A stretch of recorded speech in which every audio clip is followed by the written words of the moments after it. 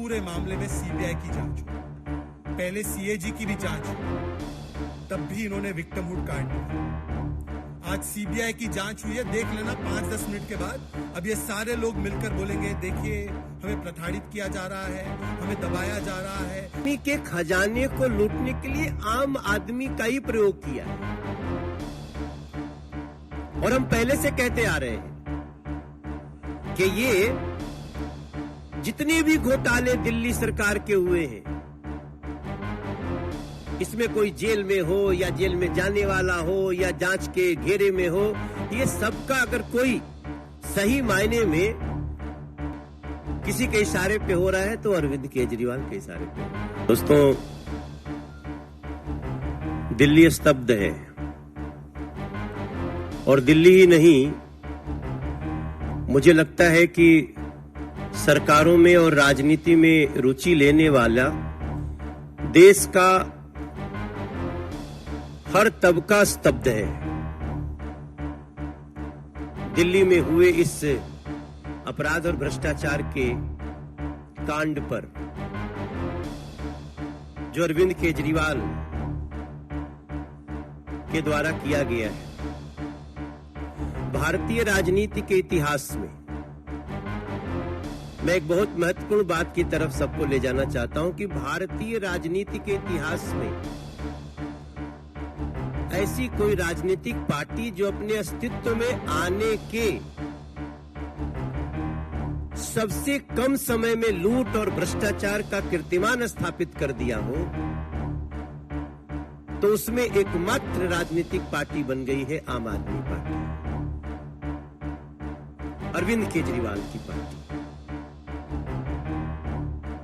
ये कहते हुए मुझे जरा भी संकोच नहीं है कि आम आदमी के नाम से पार्टी बनाया और आम आदमी के खजाने को ही लूटने का काम किया और लूटते लूटते यहां तक पहुंच गए। ऐसा कभी नहीं हुआ है। आम आदमी के खजाने को लूटने के लिए आम आदमी का ही प्रयोग किया है। और हम पहले से कहते आ रहे हैं कि ये जितने भी घोटाले दिल्ली सरकार के हुए हैं, इसमें कोई जेल में हो या जेल में जाने वाला हो या जांच के घेरे में हो, ये सबका अगर कोई सही मायने में किसी के इशारे पे हो रहा है तो अरविंद केजरीवाल के इशारे पे हो रहा है। मुझे लगता है कि जहां तक दिल्ली के राजमहल के भ्रष्टाचार का मामला है, मैं नहीं, दिल्ली के लगभग हर लोग इसमें ये मान रहे हैं कि इसमें टॉयलेट और पर्दे ही करोड़ों के हैं। बाकी तो क्या है पता करने पे, जब सीबीआई इसकी इंक्वायरी कर रही है, शुरू किया तो पता चलेगा। ऐसी स्थिति में जिसने 2013 से सादगी का दम भरा था, ऐसी सादगी का दम कि अच्छे अच्छे उसके भ्रम में आ गए, और वो व्यक्ति 2022 तक राजमहल में रहने का सपना देखता हुआ उसको सही करने के लिए क्या क्या नहीं कर डालता है। जब 2022 कहते हैं, 21 कहते हैं, 20 कहते हैं, याद आता है तो इंसानियत को रौंदने वाली एक ऐसी कुकृत्य का दर्शन होता है जब देश ऑक्सीजन के लिए परेशान था, जब देश के लोग अपने आमने सामने घर के लोगों को प्राण छोड़ते हुए देख रहे थे, कोई चारा नहीं चल रहा था, जहां एक दूसरे को बचाने के लिए दुआओं का भी समंदर था, उस समय एक अरविंद केजरीवाल नाम का व्यक्ति दिल्ली का मुख्यमंत्री अपना राजमहल बनाने में लगा था। कैसा वो दिल, कैसा वो मन, कैसी वो सोच, ये सारी चीजें इस सीबीआई की जांच शुरू होने के बाद याद आ रही है। हमें इस मामले में सीबीआई की जांच की मांग हम लगातार कर रहे थे,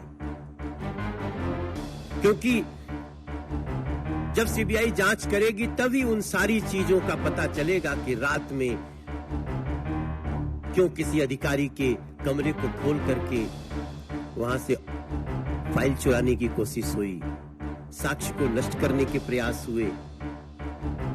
ऐसी स्थिति में हम उम्मीद करते हैं कि इस जांच से जनता के सामने राजमहल की सच्चाई आएगी। और राजमहल घोटाले की जांच इसलिए भी जरूरी है, वो सभी लोगों से मैं बताना चाहता हूं, क्योंकि सीएम बंगला निर्माण के लिए टेंडर जारी करने के नियमों का जो उल्लंघन किया गया वो किसके इशारे पे किया गया, ये जानना बहुत महत्वपूर्ण है। केजरीवाल ने टाइप 7 की पात्रता से कहीं बड़ा अधिक घर बनाने के लिए जो कार्य किया वो किसके इशारे पे, किसके सह पे किया गया, ये सीबीआई की जांच से पता चलेगा। जांच से यह भी पता चलेगा कि किसके निर्देश पर पीडब्ल्यूडी अधिकारियों ने ऐसे भवन निर्माण के लिए छोटे छोटे टेंडर जारी किए, किसके इशारे पे। यह भी पता चलेगा कि फर्निशिंग सामग्री के अलावे भवन निर्माण सामग्री के साथ साथ फर्श के पत्थर, लकड़ी के काम की दर और गुणवत्ता को किसने मंजूरी दी। ये सारी बातें पता चलेंगी और सब कुछ देखते हुए मेरे जहन में जो बात आती है कि Arvind Kejriwal government is government of criminals, run by criminals in a manner of criminals. हम बहुत बार करप्शन की बात करते हैं, लेकिन आज हमें ये सब कुछ देख के लगता है कि ये गवर्नमेंट अपराधियों के द्वारा चलाई जा रही है और सीबीआई की जांच इसमें सही मायने में तह तक जा करके ऐसे लोगों को सजा दिला पाएगी, ऐसा मेरा विश्वास है।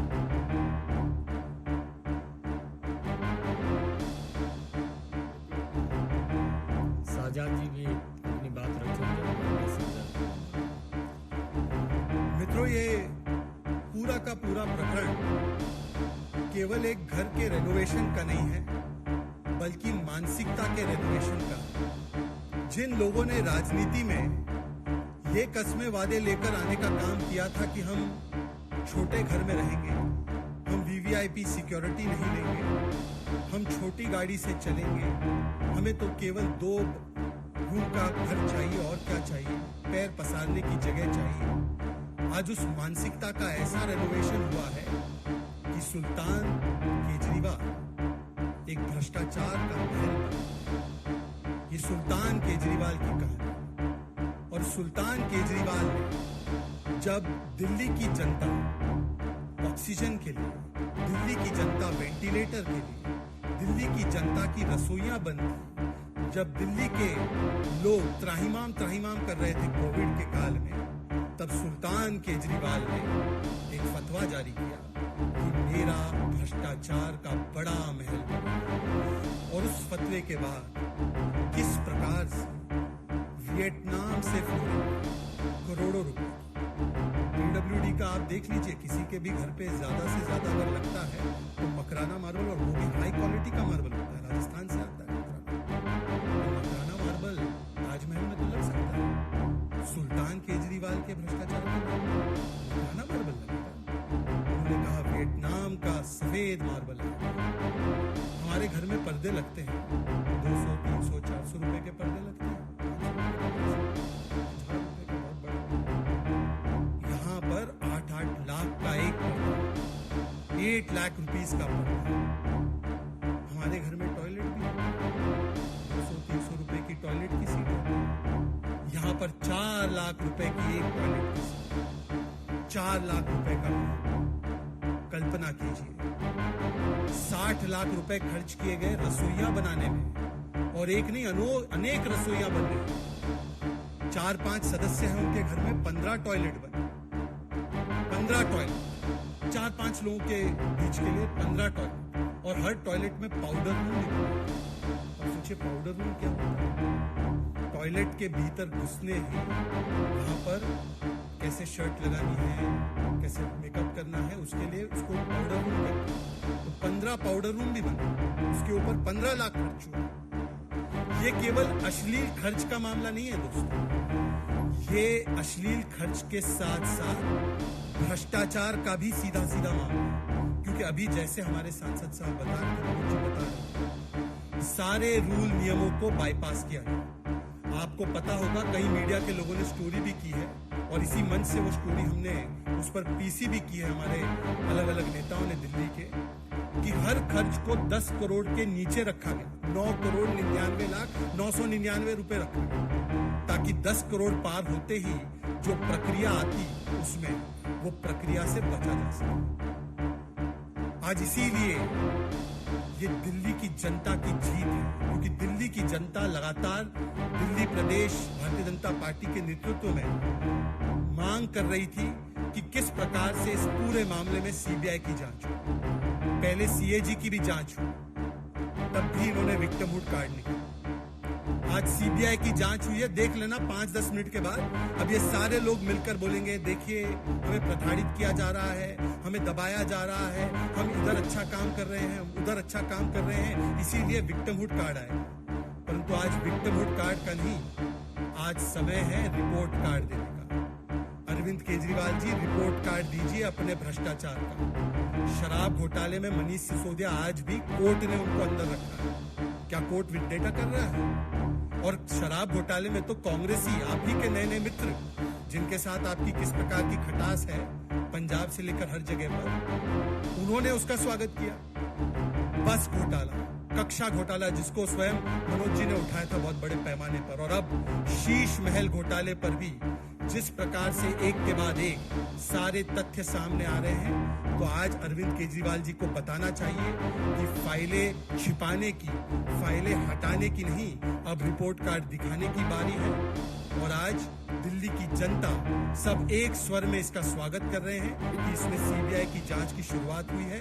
इस पूरे प्रकरण का सरगना सुल्तान केजरीवाल है, उनके भ्रष्टाचार के महल में जिसने भी लूट खसोट की है उनको जवाबदेही